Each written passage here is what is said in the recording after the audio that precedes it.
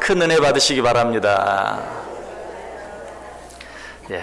큰 은혜가 여러분 모두에게 특별히 고난주간 특별 새벽기도회 날이 계속 가면 갈수록 더 큰 은혜들이 여러분 모두 위에 넘치시기를 주님의 이름으로 간절히 축복합니다.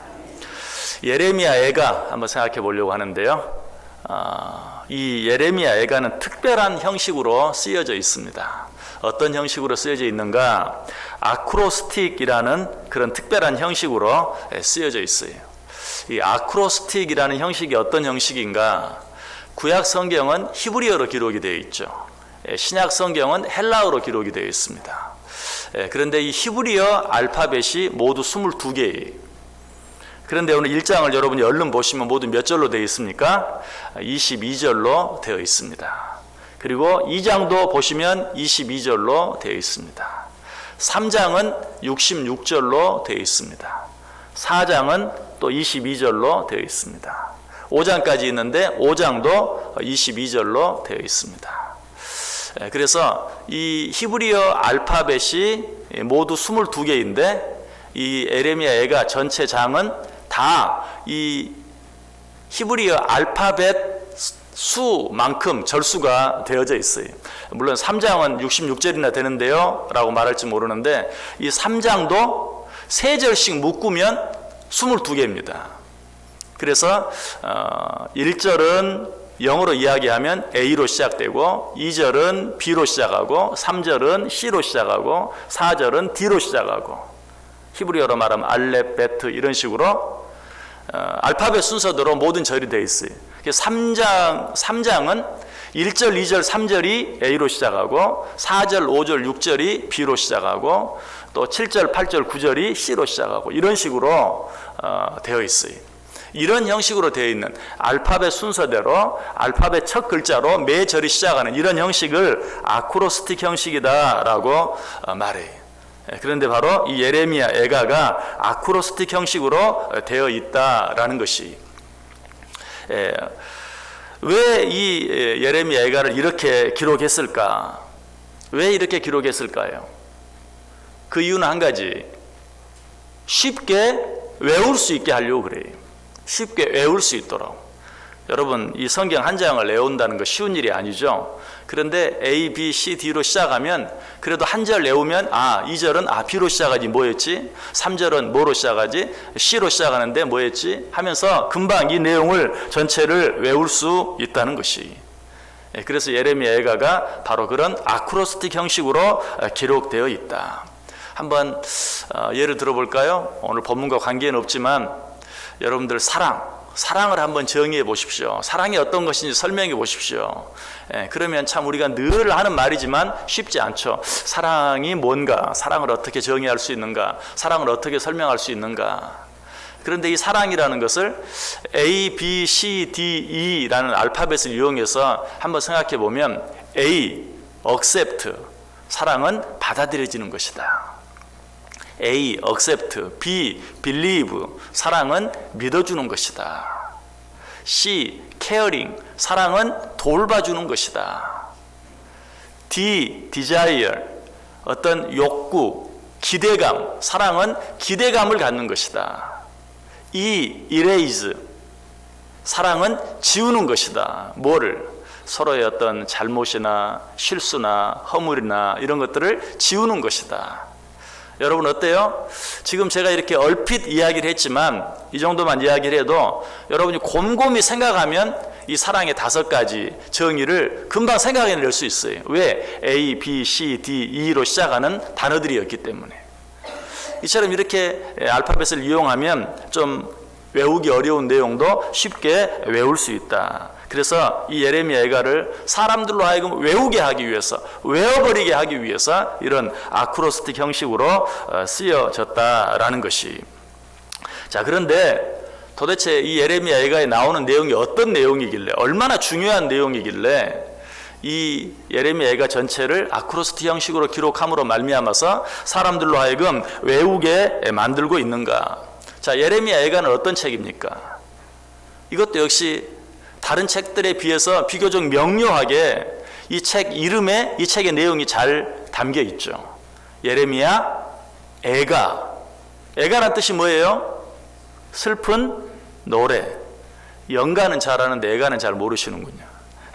애가 슬픈 노래예요. 슬픈 노래. 자, 오늘 본문이 어떻게 시작하고 있습니까? 1절에 슬프다. 또 2장도 보시면 1절이 어떻게 시작합니까? 슬프다. 4장도 보시면 또 어떻게 시작하죠? 슬프다 라고 이야기하고 있어요. 뭐가 그렇게 슬픕니까? 그 슬픔의 내용이 계속해서 나와요. 1절만 제가 다시 읽어볼게요. 슬프다 이 성이여, 전에는 사람들이 많더니 이제는 어찌 그리 적막하게 앉았는고. 전에는 열국 중에 크던 자가 이제는 과부같이 되었고, 전에는 열방 중에 공주였던 자가 이제는 강제 노동을 하는 자가 되었도다. 자, 뭐에 대해서 말하는 것 같아요? 황폐해져 버린 예루살렘 성, 좀 더 노골적으로 말하면 망해버린, 너무나 흥하다가 너무나 잘 되다가 망해버린 예루살렘 성을 이야기하고 있어요. 뭐라고 말하죠? 본래는 거민이 많았는데 이제는 적막할 정도로 왕래하는 사람이 없다. 정말 그 도시가 흥왕하고 번성해서 사람들이 많았는데 이제는 오고 가는 사람이 없다. 한산해졌다 라고 말해요. 또 본래는 열국 중에 강대했었는데 이제는 마치 과부 같다 라고 이야기하고 있어요. 또 계속해서 뭐라고 말합니까? 이전에는 예루살렘이 공주와 같았는데 이제는 조공 드리는 자가 되었다. 설명하지 않아도 그 의미가 여러분 마음속에 금방 와 닿죠. 이제는 모든 것이 아름답고 모든 것이 풍성하고 모든 것이 잘 되었는데 이제는 모든 것들이 황폐해지고 삭막해지고 불쌍하게 되고 말았다라고 이야기하고 있어요.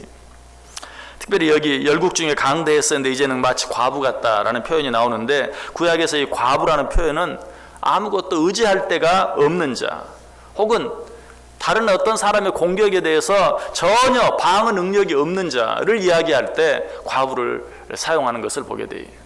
여러분, 과부의 비유도 나오죠. 과부가 강청하는 기도를 드렸을 때 그 재판장이 그 기도를 들어줬다. 왜 그 이야기를 합니까? 아무도 과부가 하는 말에 귀를 기울여 주지 않지만 그 과부가 강청하여 여러 번 기도했을 때 재판장도 그 기도를 들어주지 않고는 견디지 못했다 하는 것을 강조하기 위해서 어떤 다른 사람이 아니라 과부의 기도를 이야기하고 있는 것을 보게 돼요. 어쨌든 예루살렘 형편이 지금 너무나 힘들고 어려운 가운데 있다. 이런 예루살렘 형편 2절에도 나오죠. 사랑하던 자들 중에 그에게 위로하는 자가 없고 친구들도 다 배반하여 원수들이 되었도다. 자, 어려운 가운데 있어도 위로해 주는 사람이 있고 친구가 있으면 그래도 견딜만 해요. 그런데 위로자도 없어요. 친구도 없어요. 아무도 옆에서 도와주는 사람이 없어요. 실제로 내가 당하는 어려움보다 이 어려움이 더 크죠. 내 주위에 아무도 없다는 것. 지금 예루살렘 형편이 그러하다. 이런 내용이 아까 우리가 같이 읽었듯이 11절까지 계속돼요. 전체 내용이 그러해요. 자, 이렇게 보면 오늘 본문 1절부터 11절까지 내용 가운데 정말 기억하고 싶은 내용이 하나도 없어요. 그런데 도대체 이런 내용이 뭐가 중요해서 오늘 본문은 이것들을 너희들이 꼭 외워라 하는 의미에서 알파벳 순서대로 아크로스틱 형식으로 이 말씀을 기록하고 있을까? 여러분, 어떤 일들을 기억하고 싶어요? 좋은 일 기억하고 싶죠. 기쁜 일 기억하고 싶죠. 승리하고 성공한 어떤 순간을 기억하고 싶죠. 물론 그런 것들을 기억하는 것도 좋아요. 그러나 그것보다 더 중요한 것은 슬픔의 시간들, 아픔의 시간들, 고통의 시간들, 이런 것들을 잊지 않고 기억하는 것이 정말 중요해요. 왜 그렇습니까? 여러분, 아프고 슬프고 고통스러운 순간들을 잊어버리면 그때가 바로 그 고통과 아픔과 슬픔이 다시 찾아올 때가 됐다는 의미예요. 그러므로 우리가 겪었던 어떤 고통과 아픔과 슬픔들을 잊어버려서는 안 돼요. 여기 다 제 또래 이상 되신 분들은 예전에 우리가 늘 귀가 아프게 들었던 상기하자 6.25 하는 그런 구호를, 여러분 아득한 옛날 얘기 같죠? 그런데 정말 어디를 쳐다봐도 상기하자 6.25, 잊지 말자 6.25 하는 그런 표현들을 우리가 많이 보아왔어요.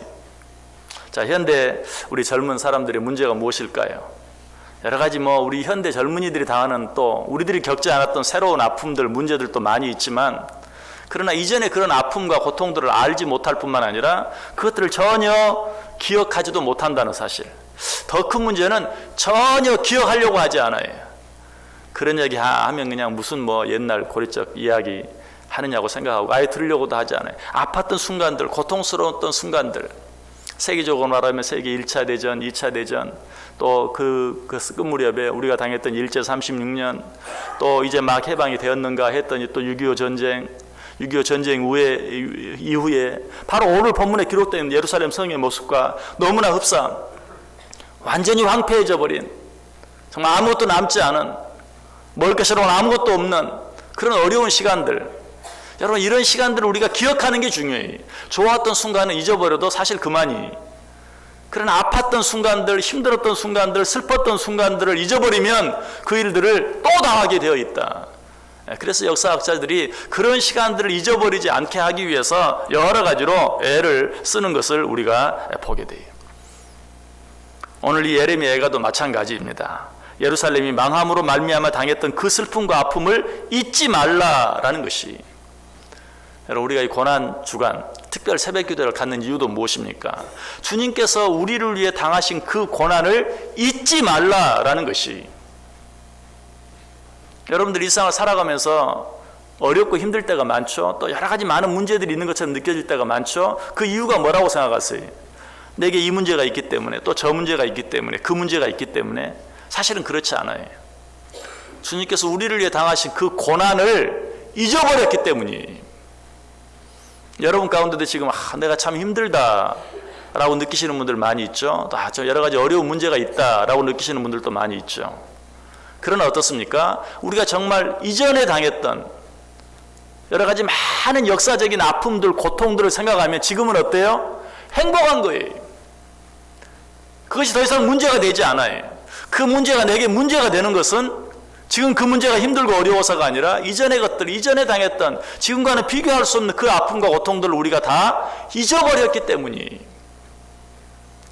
그러므로 좋았던 순간, 행복했던 순간, 기뻤던 순간보다도 힘들고 어렵고 아팠던, 고통스러웠던 그것들을 잊어버려서는 안 된다.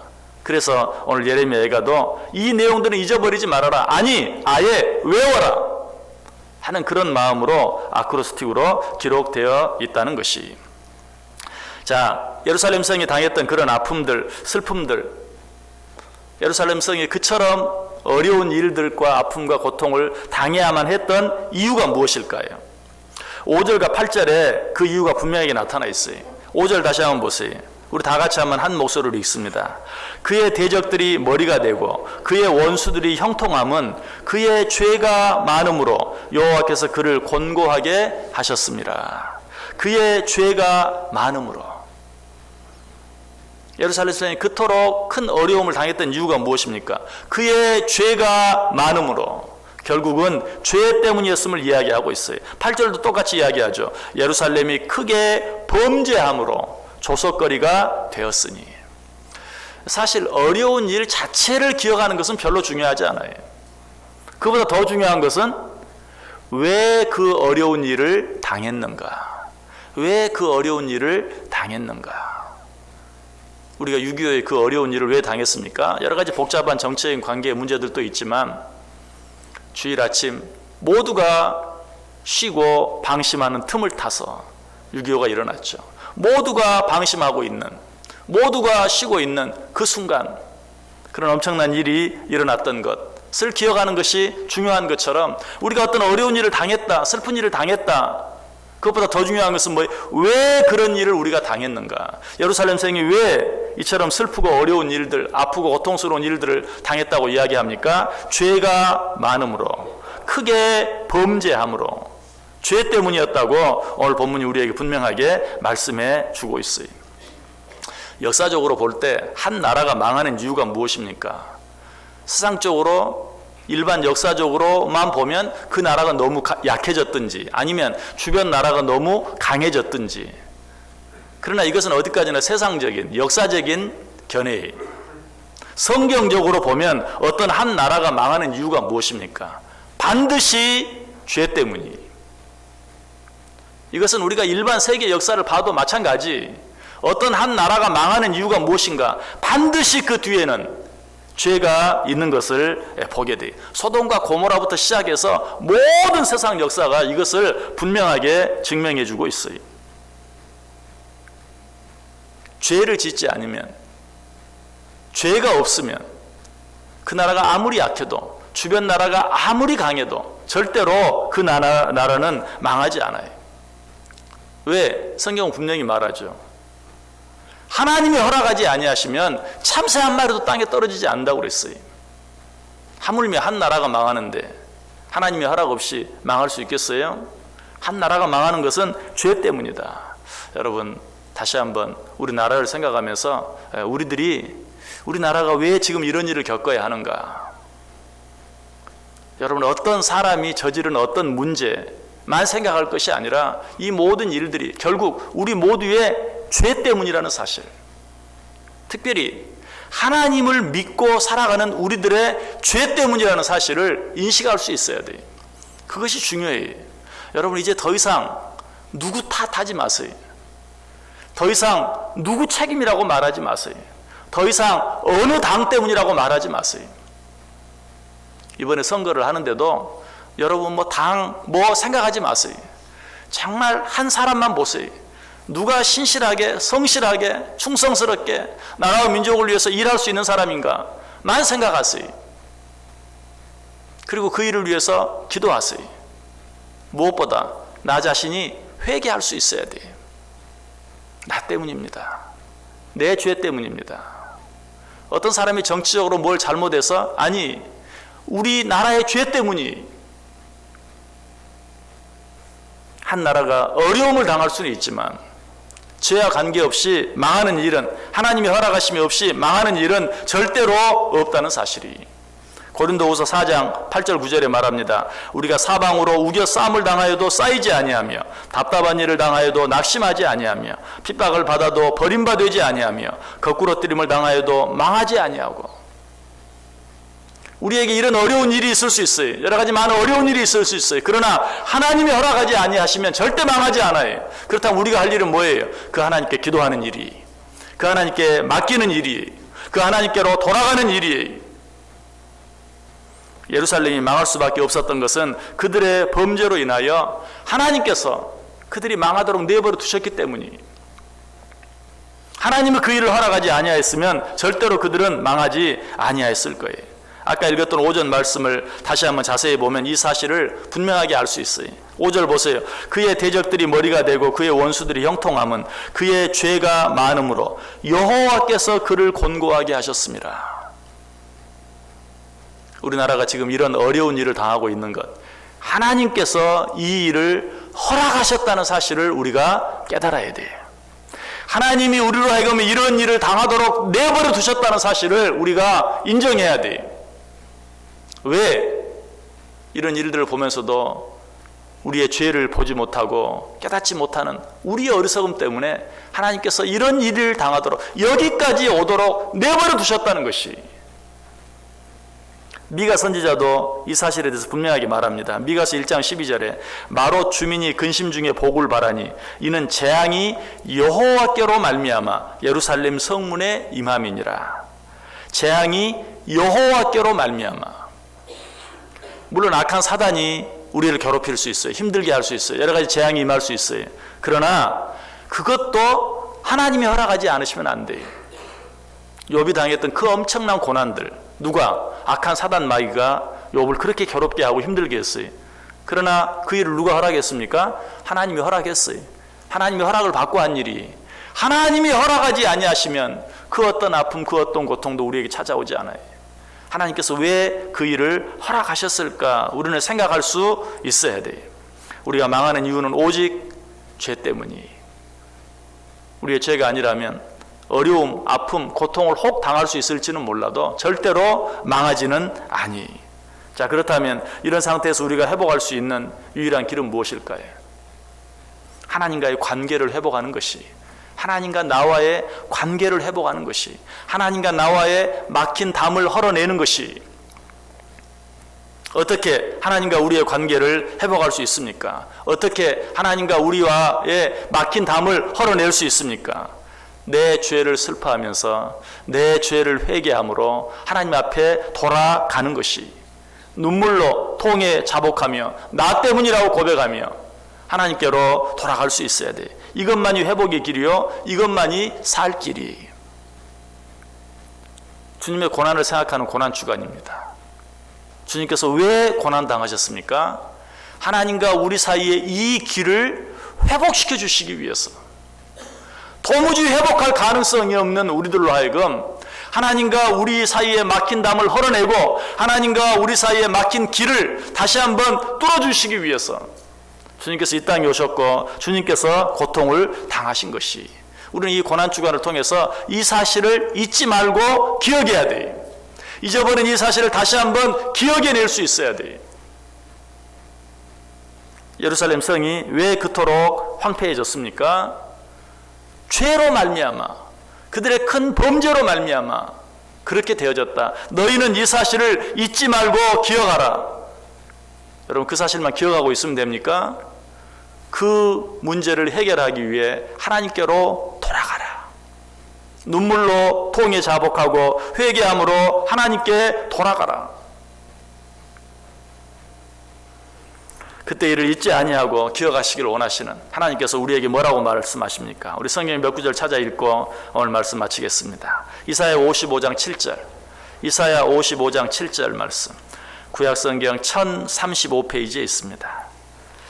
이사야 55장 7절 말씀.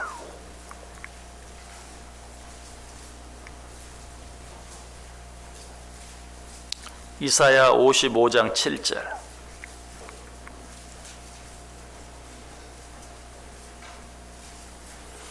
우리 다 같이 한 목소리로 읽습니다. 악인은 그의 길을, 불의한 자는 그의 생각을 버리고 여호와께로 돌아오라. 그리하면 그가 긍휼히 여기시리라. 우리 하나님께로 돌아오라. 그가 너그럽게 용서하시리라. 아멘. 내가 어떤 부분에서 하나님께로 돌아가야 할지 이 시간에 깊이 한번 생각해 볼 수 있기를 바랍니다. 오늘 하나님께서 나를 향해서 잊지 말고 기억하라 라고 말씀하시는 내용이 무엇인지 깊이 생각해 보시길 바랍니다. 내가 잘못한 것이 있다면, 내가 저지른 죄가 있다면 회개하고 하나님께로 돌아갈 수 있어야 돼요. 돌아오기만 하면 너그럽게 용서해 주시겠다고 말씀하고 있어요. 한 구절 더 볼까요? 말라기 3장 7절, 구약성경 끝책 말라기 3장 7절, 1330페이지에 있습니다. 말라기 3장 7절.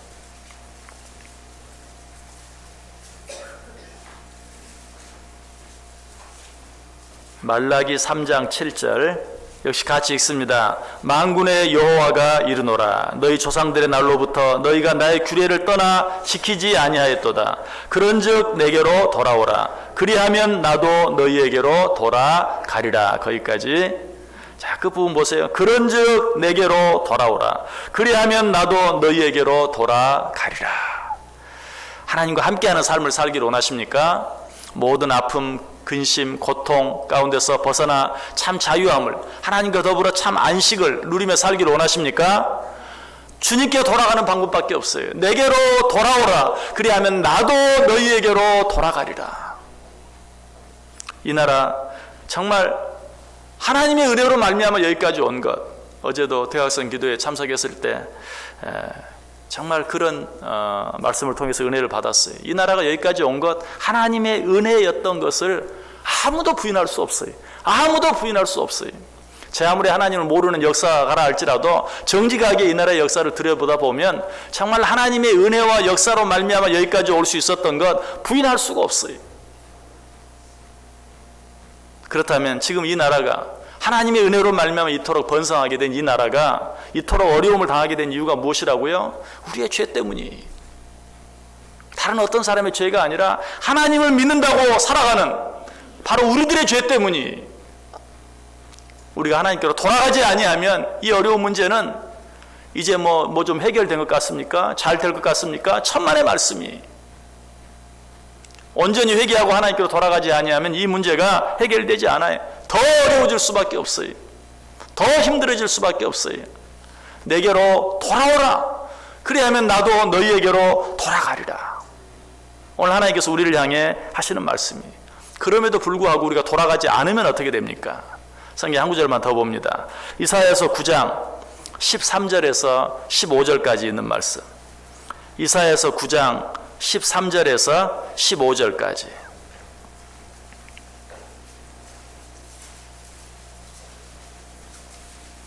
이사야서 9장 13절에서 15절.